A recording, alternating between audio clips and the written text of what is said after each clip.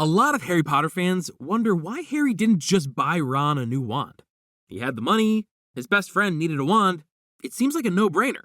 The problem is that if Harry had bought his ginger sidekick a new magic stick, it would have caused a scandal that reached all the way to Dumbledore's desk. But here's what everyone skips over. Let's start with the cost of a wand. 7 galleons. Now stop and think about that for a second. Rowling herself said a galleon is roughly 5 pounds. So we're talking maybe $30 to $40 for the most important object a wizard will ever own. A cauldron costs 15 galleons. Robes, books, a telescope, all of it adds up fast. But the wand? 7 galleons. Flat.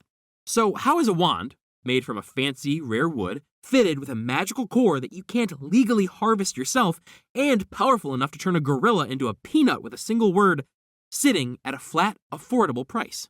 Beats the heck out of me. It's not like you can spend a lazy Sunday strolling down to the Phoenix Feather store to grab a phoenix feather.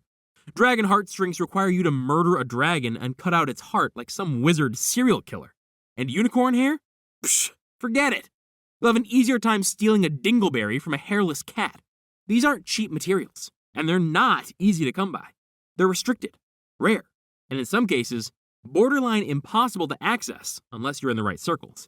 So the price doesn't match the reality, which leaves one uncomfortable explanation. The price isn't natural. It's being controlled. Because if wands were priced based on what they're actually worth, the Weasleys never would have been able to afford one in the first place, let alone a wand for each of their unholy ginger spawn. And that creates a much bigger problem. No wand means no magic. No magic means you're locked out of the entire system, and nobody wants that. So instead, the price is kept low, presumably by the wizarding equivalent of whatever the Illuminati is. Accessible. Fixed.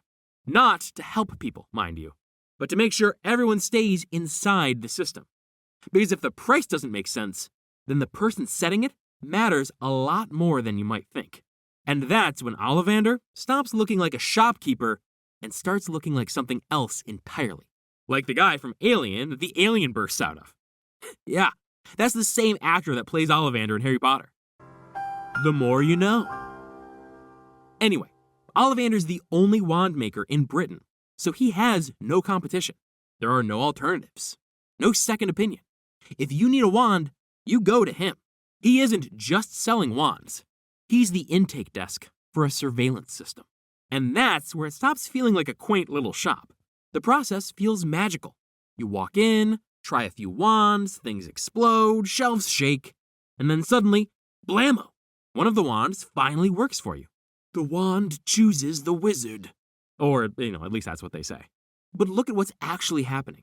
You're being tested, measured, matched. The moment that wand chooses you, something else is happening at the same time. You're being paired to it like a phone to a Bluetooth speaker. The Bluetooth device is connected successfully. That wand now responds to you in a way it won't to anyone else, which means your magic now has a signature, something unique and identifiable. And here's the key detail. Once your wand is tied to you, your magic isn't invisible anymore. It's detectable, which means the moment you got your wand at 11 years old, you were already in the wizarding database. Bum, bum, bum. The ministry calls it the trace. It's how they know when you're playing with your wand before you're supposed to. They don't know where you are. They can't read your mind, but they know one very important thing. You did magic before you were old enough. Call it premature incantation. They know it instantly. That's why Harry gets in trouble at Privet Drive. Not because they saw Dobby, but because magic happened near him and his name was the one attached to it. So think about what that means. Your wand isn't just a tool. It's part of a system that links you to every spell you cast.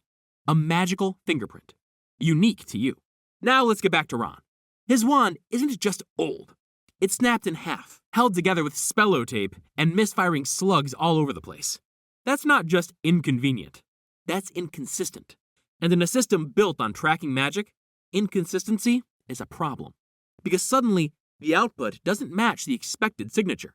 It's like a device glitching mid-signal. And a system built on tracking magic can't just shrug that off.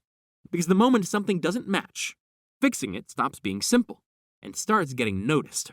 So now imagine Harry walks into Ollivander's and buys Ron a new wand. Sounds simple, but it isn't. Because wand purchases, unlike black market kidney purchases, aren't anonymous.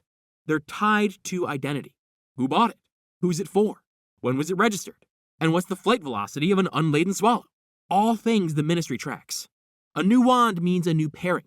A new pairing means a new magical signature. And a new magical signature means, a new magical signature? And suddenly, there's a question.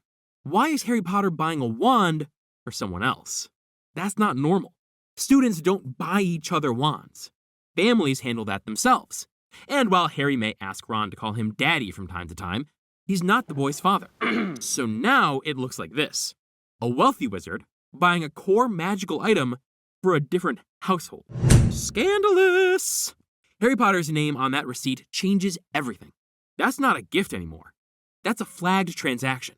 Because from the ministry's perspective, this creates a mismatch. Ron's previous wand is already tied to him. Now there's a second wand entering the system. Why? Was the first one destroyed? Lost?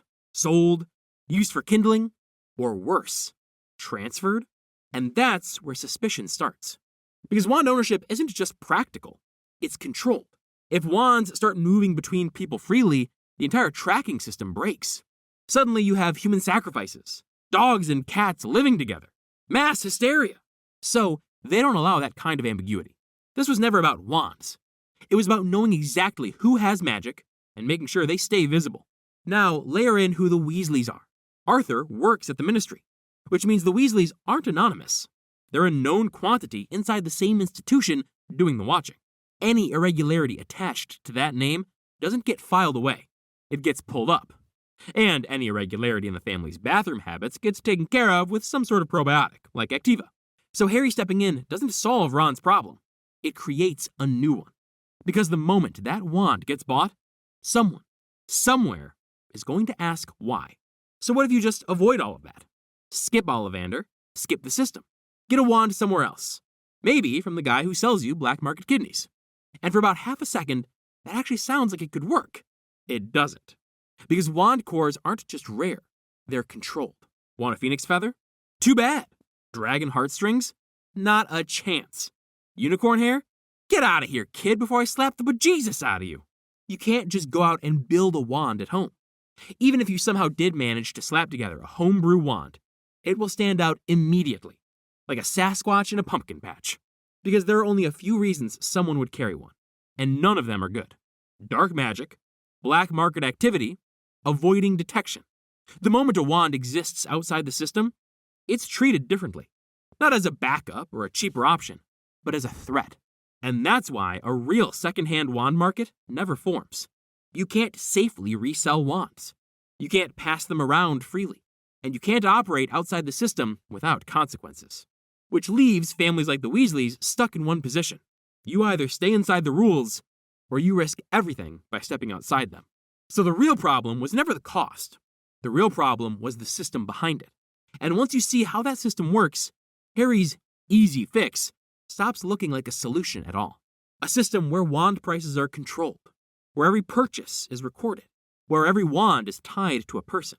A system where magic itself is monitored. So the moment Harry steps in, it stops being a quiet fix. It becomes visible. A new wand appears. A new registration is logged. A new question gets asked. And those questions don't stay small. They lead back to the Weasleys. Their finances, or lack thereof. Their decisions. Why couldn't they replace the wand themselves? Why is someone else doing it? And once that door opens, it doesn't close quickly. Because in a system like this, irregularities matter. Not because they're illegal, but because they don't fit. And anything that doesn't fit gets looked at closer. So, Harry couldn't fix Ron's wand without risking attention his family couldn't afford. Which turns that broken wand into something else entirely. Not just a bit of bad luck. Not just a taped up piece of crappy wood. But a symbol of something the books never say out loud. A family doing everything right and still falling behind. Capitalism, am I right? And that system doesn't stop at wands. It shapes who ends up connected to who, for generations. If you want to see how that plays out, watch this next one. Every future family tree in Harry Potter explained.